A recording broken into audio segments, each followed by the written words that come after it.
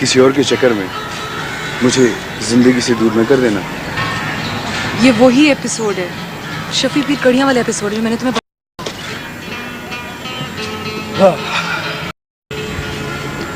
अच्छा, अब बताओ। शफी पीर कड़ियां वाला साहब जानते हो कौन है? हाँ, रजा के वालिद। तो जनाब वो कल हमारे घर आए थे शाम को और मेरे मम्मी पापा से अपने बेटे और मेरे रिश्ते की बात करने आए। अच्छा, तो फिर?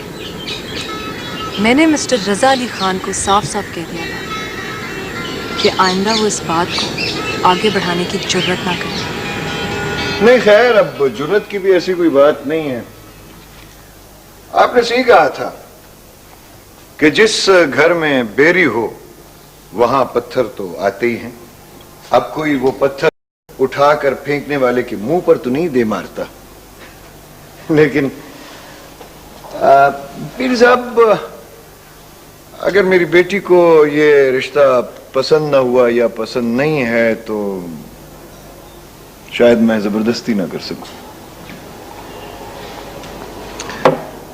साहब को ही पसंद आई मुझे आपके,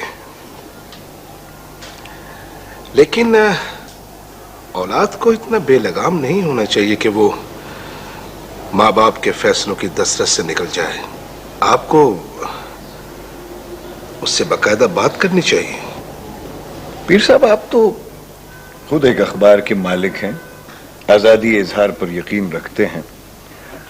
आपने तो कमाल जुर्रत का मुजाहिरा करके अपने बेटे के लिए फुटबॉल फेडरेशन से माफी मांगकर हक गोई और हक परस्ती का सबूत दिया है और ये साबित किया है कि ज़मीर मिल्लत जैसे अखबार का मालिक आप जैसा शख्स ही होना चाहिए। अहमद हसन कमाल साहब,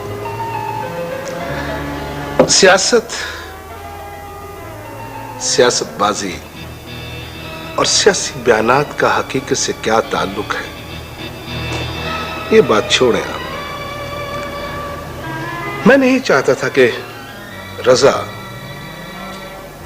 फुटबॉल टीम से ही बाहर निकल जाए। उसे टीम में वापस लाने के लिए मैंने ये सब खड़ा किया। और वैसे भी मैंने जो कुछ कहा गलत तो नहीं कहा। हाँ, यही तो मैं अर्ज कर रहा हूं। वैसे भी मैं इतना सख्त दिल और तंग नजर भी नहीं, वरना सानिया जो मेरे दफ्तर में काम करती है कब के डिसमिस हो चुकी होती।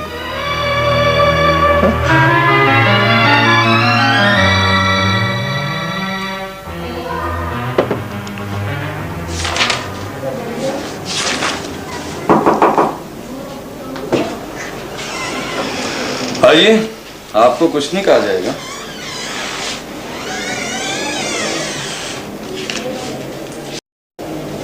I'm sorry मंसूर साहब। ये सॉरी किस सिलसिले में?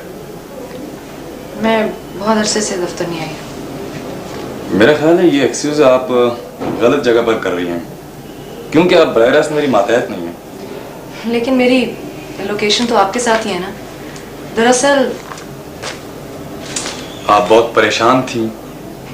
नीला पर्वत अपनी जगह से सरकने लग गया था, आपने उसे सरकने से रोकना था, है ना? मंसूर साहब please, I am very upset. बैठिए।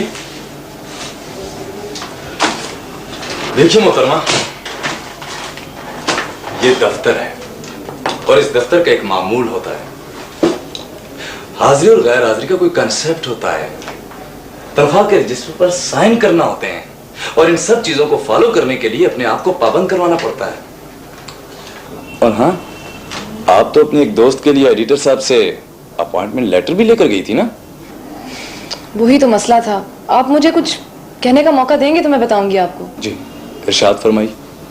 अखबार में दारुल अमान वगैरह की इत्तलात वगैरह तो आती रहती है ना, मुझे उनके कांटेक्ट नंबर्स चाहिए थे। उसके लिए एक अलग शोबा है, आप गलत जगह पर आ गई हैं। मंसूर साहब प्लीज इतना तंसो ना कीजिए। देखिए, मैंने इतनी सारी परेशानियों के बावजूद इतना बड़ा काम कर दिया। ये क्या है? ये उमर बलोच साहब का इंटरव्यू है, जिन्होंने कुछ ही अर्सा पहले फुटबॉल फेडरेशन से रिजाइन किया है। मगर ये तो किसी को इंटरव्यू नहीं देते। मैंने तो लिया है। ये टेप भी लीजिए। कोई तस्वीर वगैरह भी ली है या? जी जी, ये लें।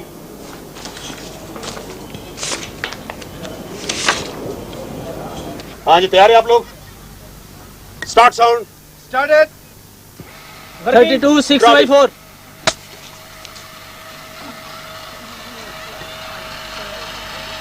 एक्शन।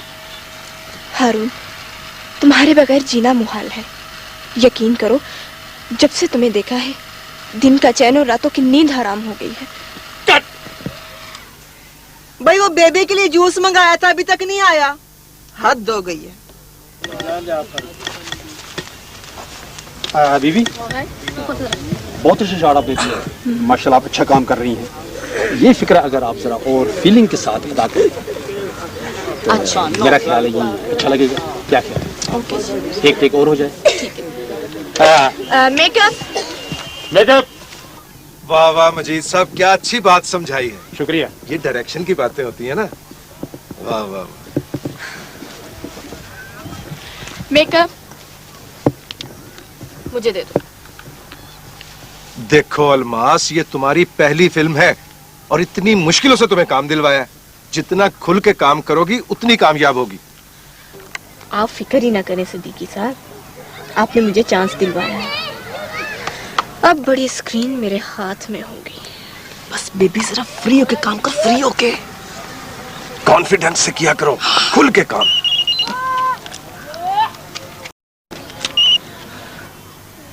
हेलो। अबे मजीद साहब, वो जूस का क्या हुआ? हो गई है, कमाल ही हो गया ये। हेलो। जी जी, कैसे हैं आप?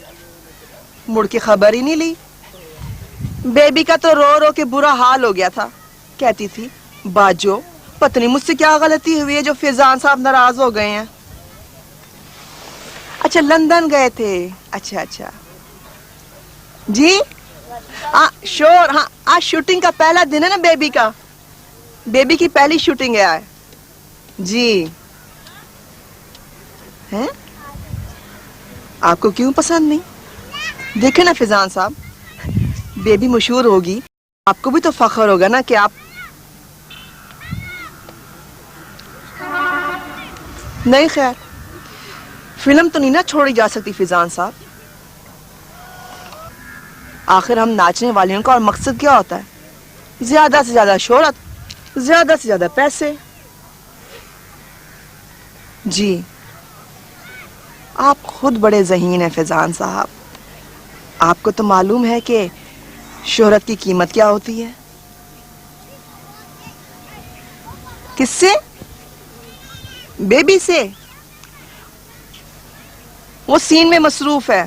हाँ, अभी बात नहीं कर सकती। जी, अभी बात नहीं कर सकती। जी,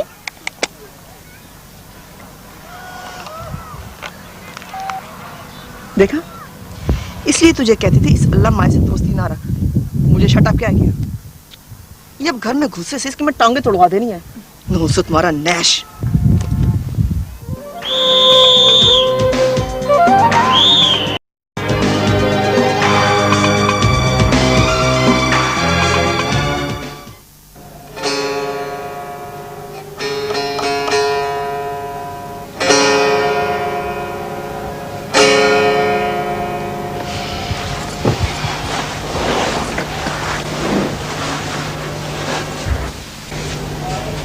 तुमने फैजान साहब को नाराज करके अच्छा नहीं किया अम्मा। ना, फैजान ने हमें दिया क्या है? हाँ, पैसा ही सब कुछ नहीं होता अलमास बीबी। कोई ऐसी चीज होनी चाहिए जो दौलत से भी ना खरीदी जा सके। शोहरत से इंसान का पेट नहीं भरता अम्मा। अगर शोहरत से नहीं भरता तो मोहब्बत के पेड़ में भी कोई सेब नहीं लगे होते। अरे बहुत ये चोंचले कर लिए हमने ना। एक बात तो मुझे बता, है? तुझे तो बड़ा शौक था स्क्रीन पे आने का, है? अगर वो अल्लाह मारा फैजान नाराज हो गया है तो तेरा शौक मुरझा गया। हाँ, नहीं है शौक मुझे फिल्मों में काम करने का। ओह, मोहब्बत करने का शौक है। मोहब्बत की नहीं जाती, हो जाती है। सुभान अल्लाह, सुभान अल्लाह। यानी हमारी बिल्ली और को म्याऊं। किसी खुशफहमी का शिकार मत रहना बीबी, ये सब गरज के बंदे हैं, गरज के।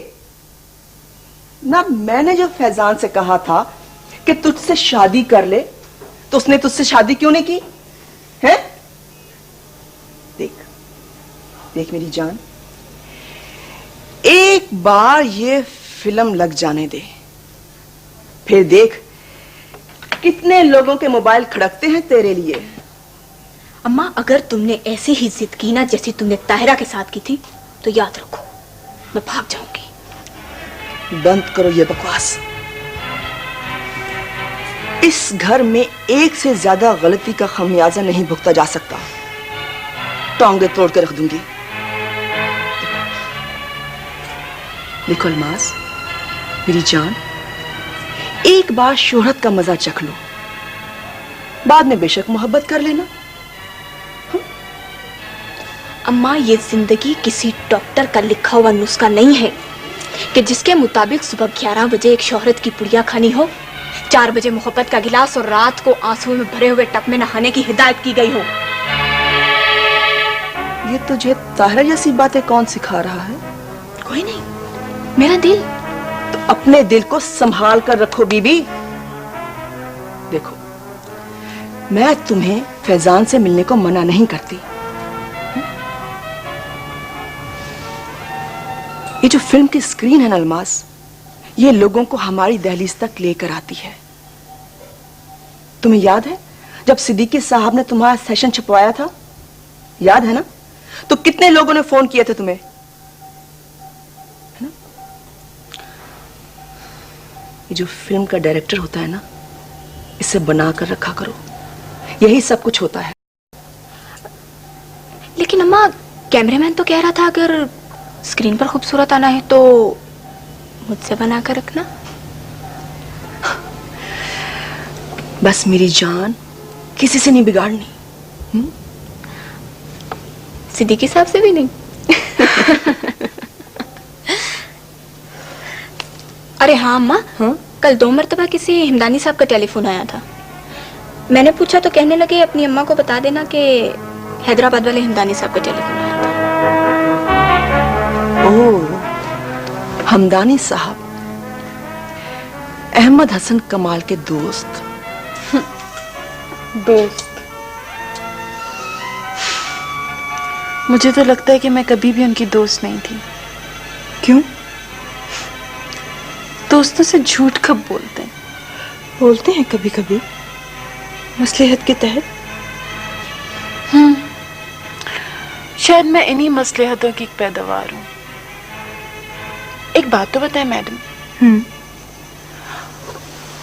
आपके पास ऐसी कितनी लड़कियां होंगी, आई मीन जो अपनी माँ की जुल्म का शिकार हो?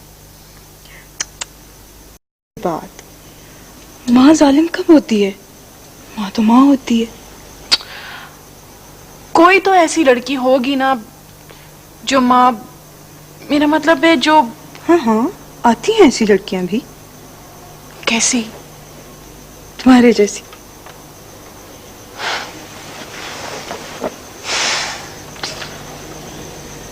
एक बात तो बताएं। पूछो। इंसान की शख्सियत बनाने में